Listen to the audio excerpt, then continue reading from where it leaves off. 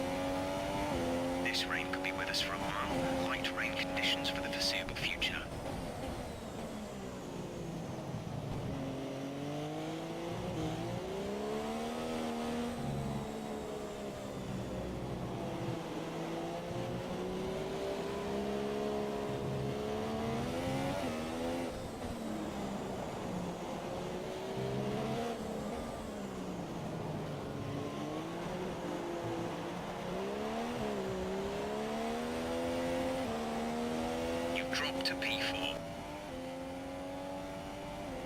So we come around the final corner and across the line, and it's only a 35-1.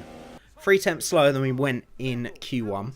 It might have been a little bit wetter, but we still managed to hold on to that 7th place by a few hundredths of a second from Felipe Massa. We're 3 tenths ahead of our teammate Perez, who is also in the top 10 in P9. So pretty happy with the qualifying. Again, you know, we're sort of 8 tenths shy of those Red Bulls ahead. We're going to need a lot of car upgrades to get into that top 6, or some mistakes to happen with those front runners tomorrow in the race. But all in all, I mean, that's what we would expect. And you can't really go wrong, especially in a wet session where we nearly dropped the car probably a dozen times. I'm just happy to get through it and get through it with a good starting position for the race. So hopefully we can at least hold on to that position for some decent points tomorrow, stay ahead of our teammate. Together we'll be taking you through all the action of this Spanish Grand Prix. It can be hard for the cars to follow each other closely here due to the dirty air coming off the car in front. So perhaps we're looking at a more strategic Grand Prix act. What do you think on that? I'm not too sure about that, Crofty. I mean, yes, as you say, it's hard to follow around here, but if you're brave on the brakes, you can get the job done down into turn 1, which is a medium-speed corner, so you have to be committed. And looking down at this grid today, I think we're going to see 1 or 2 drivers making a move from a long way back, maybe try to force their opponent into a mistake. I don't think this is a race that's going to be purely decided in the pit stops. So as we move on to the race, we can see Perez has taken a penalty and has dropped him down to P14 from P9. So I'm presuming that might have been a gearbox change like we had last time out. So obviously it's quite reassuring to see Perez having the same issues as us. And it's not just us destroying our gearboxes. I don't think he would have used 4 power unit elements by now. At least I would hope not. He's doing something seriously wrong if he is. But as we take a look at the strategies for the race then, a 1 or a 2 stop available. From what we did in practice, there's only a few seconds between them. And I think we're going to go for the aggressive 2 stop round here. The hard tyres, I think, are going to be very tricky to get up to temperature. So at least we can be aggressive. We don't have to worry about tyre wear. And 2 stints on the soft tyres should mean we can be racy with anybody around us. But as we line up onto the grid then, of course, as always, in any Formula 1 game, you're looking forward, not backwards, into turn 1 with the AI. Still not quite there. I hope they sort it one year, but it must be the most trickiest thing to do with the AI, with 20 cars going barreling down into turn 1 to get the AI to race quickly and fairly. But anyway, we will be looking at the Red Bulls ahead of us as the 5 lights come on. And we are underway in Spain. Very good start compared to Verstappen beside us. Of course, we get a free choice of tyre compound, having it been a wet qualifying. We get much better drive with our soft tyres, as there's a real melee into turn 1. Bottas, Hamilton and Raikkonen going side by side. We take a look around the outside of Raikkonen, and just about Ricardo, should I say, and just about get out of position. Bottas all of a sudden slams on the brakes. Very reminiscent of the harvesting issue Rosberg had here the year that him and Hamilton collided. So whether that was the case or Bottas was just very cautious on the back of Raikkonen. But it means that we've had an incredible start up to P4. And we stay there for the next few laps. Just playing that old tactic of getting out the slipstream down the main straight. This Force India seems to get a great drive off the final corner. And that seems to be the most dangerous place to be attacked on this track. It's the easiest overtaking opportunity into turn 1. So I'm pretty confident we can stay ahead of them for a little bit. Of course, we're probably not racing these guys. As soon as they get into some fresh air, they'll just move away from us like the top 3 have done already. But we lock up a little bit into that left-hander and just about keep it steady. Of course, DRS is now active.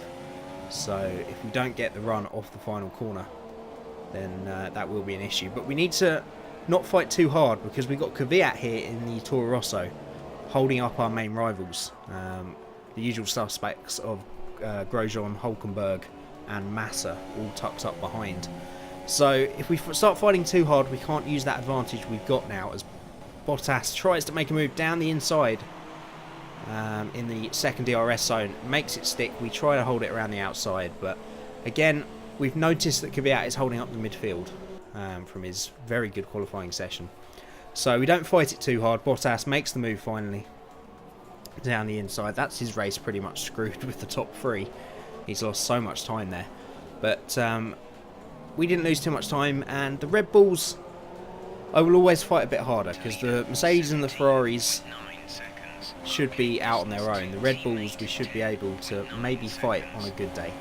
So as we move on to lap 9 here, and Vettel has just made his first stop, we think about having a look around the outside, but decide better of it. And we've managed to keep good pace here, really. Ricciardo has had a couple little sniffs, but hasn't managed to make anything stick. As we move on to lap 10 here, Hamilton has come out after his first stop on the medium tyres, and the pressure of a prancing Mercedes forces a little bit wide there, and into the right-hander we run a little bit wide. Our tyre wear's pretty bad at this point, and Hamilton just sticks it up the inside, much better on the brakes with his fresh tyres, and we have to concede that position. But again, you know, we're not racing these guys, we're really not. The Red Bulls, if we can, I say we'll race them, but 7th is always going to be our aim, to stay ahead of the midfield to secure that 4th place in the championship. But it's nice to be fighting with these guys. The Red Bulls we can definitely fight. The Mercedes, it's nice to go wheel to wheel, but it's not really going to bear any fruit, I don't think, in this early part of the season. But as we decide to come in on lap 10, and we're going to stick on the medium tyres. We're going to go longer in the middle stint to be as quick as possible in the final stint on the soft tyres.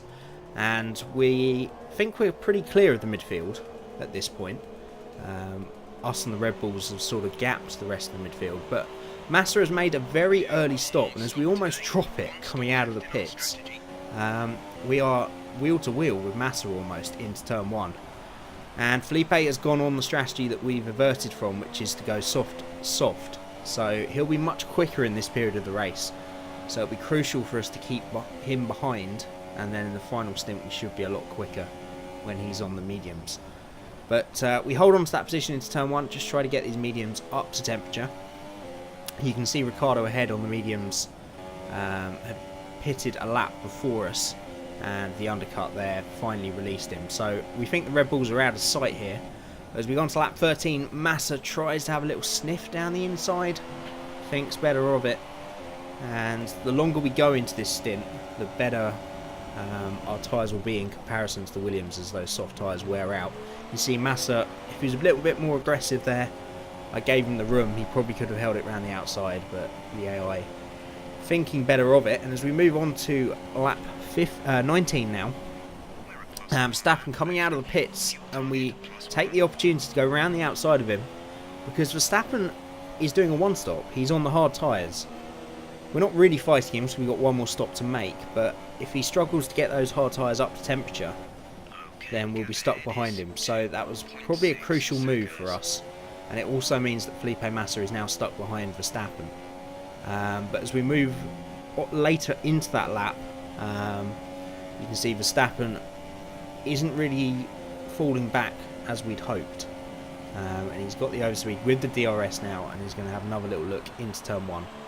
But again, much better on the brakes. Turn 1 at Spain is one corner, like turn 1 at Melbourne, that they really need to work on with the AI. But that's been the case for years, so I don't hold any hopes.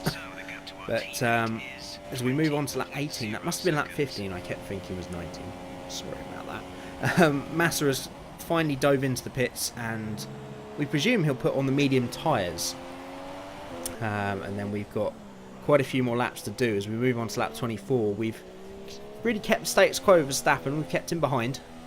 And we're going to dive into the pits now to make our final stop of the race, to put the soft tyres on. And we know we're probably going to be fighting with Massa on exit here. Massa has, even though he put the same compound as us on, he's had quite a long time on those tyres, and we would expect him to be the quicker car the last few laps. So we're preparing for this to be close on exit. We want to get a much better drive when we turn the pit limiter off than we did last time, when we nearly lost it into the wall. But just coming over the hill now, you'll see Massa, and you'll see that we're comfortably ahead of him. And the reason for that is, for whatever reason, Felipe Massa's put the hard tyre on. Despite the mediums would have easily going to the end from lap 18, for whatever reason he's decided it better to put the hard tyres on. So what should have been a really hard, close fight to the finish with Felipe Massa, who, to be honest, has been our only real rival so far this year. He's showing great pace in that Williams. Perez has got in and amongst us on occasion, but it means that on the hard tyre again, the AI strategy has really just robbed us of a race. And we're going really quickly now. We've just gone into the 23s on these soft tyres, and we're going to improve to a 23.5 for our fastest lap of the race on lap 28. We've taken a couple of seconds out of Ricciardo since the pit stops, but to be honest, it's not going to be enough to get anywhere near him. And race leader Sebastian Vettel on the penultimate lap of the race is going to pull off. Not in a puff of smoke this time, just going to a silent hum and pulling off to the side. So that's going to promote us into that top 6.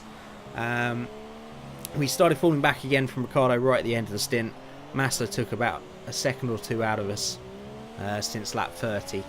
But with the turbocharger 72% warm, we just wanted to stroke it home and take that 6th place that we've been promoted to on the penultimate lap. And that's going to be another great finish. It's another good 6th place. It's another reminder, however hard we fought early in the race, of how much work we've really got to do with this car. The most noticeable thing this year in terms of car performance is how big the gaps are. Last year, if you had a good race with a midfield team or a bottom rung team like Sauber or McLaren, if you had a good race, you could get in amongst the tier above you. This year, the performance gap is so great that you just can't. No matter how quick you are at a particular circuit, you just cannot get anywhere near the tier above. And that's proving the same with Ferrari and Mercedes. Are completely out of sight, and Red Bull are still just too far away. So a pretty perfect race compared to a few we've had this season, and 6th place we'll take the 8 points nicely. Once again, Massa and Grosjean and Hulkenberg behind us. Perez recovering from 13th, did a 1-stop and it worked out pretty well for him. He's only got a point though, and Lewis Hamilton takes the race victory, promoted on the penultimate lap of the race even, as Vettel pulled off, and that means that Vettel is a long way outside that championship at the moment, and Bottas actually goes ahead of him. Hamilton goes above Raikkonen by 5 points now, and it's looking like a 2-horse race between those two. There's a long way to go, but I think retirements will decide that. We stay in 7th place and Perez stays in 9th. And again, you can see from the points, we're in that isolated 4th place. We're a nice distance away from Williams and Renault behind. And it's almost double the points to Red Bull. So it's going to be tricky. We just need to keep those practice pointers coming and those research points. We've nearly won the rivalry with Perez. And again, beating Perez and our session goal means that we increase our rating with other teams. I don't know that I don't think I'll look into changing teams. I mean, I really need to get on top of getting these episodes out regularly anyway. So we can't even think about possibly changing teams at the end of the year. But I think I just want to give it a good year of development and the beginning of next season and just see how far up this car we can get. Say it's a tall order to get onto the back of Red Bull by the end of the race, the end of the season. But I hope we can do it. I really do. And I'm really enjoying racing this car. I just wish that the AI would stop making such stupid decisions. I've got a Cart with Rage coming up soon. I keep saying that, but it will be out hopefully some point next week, the first episode. We recorded 3 races in that, and the AI strategy decisions are even worse there. You won't believe some of the things the AI do. And that's what's really holding it back at the moment. We should be fighting with Grosjean and Massa and Hulkenberg, but they just don't seem to make the right decisions at the right time. Massa especially there. Just that stupid decision to put the hard tyres on. You know, he's only a couple of seconds behind us, but he put those hard tyres on 4 or 5 laps before. If they'd been the mediums, I would probably predict he would have been 2 or 3 seconds ahead of us. So it's a great shame. But hopefully they might tweak it, or we'll see some better races in the future. But that's going to be it from today. I hope you enjoyed the episode. Keep your comments coming and let me know what you thought of the race. Let me know if you think we should stay in aerodynamics, or maybe look into the chassis or improving the engine reliability. But if you're new to the channel, it'd mean the world to me if you hit that subscribe button and hit like to let you know you enjoyed the video. And as always, thank you so much for watching, and I'll see you again next time.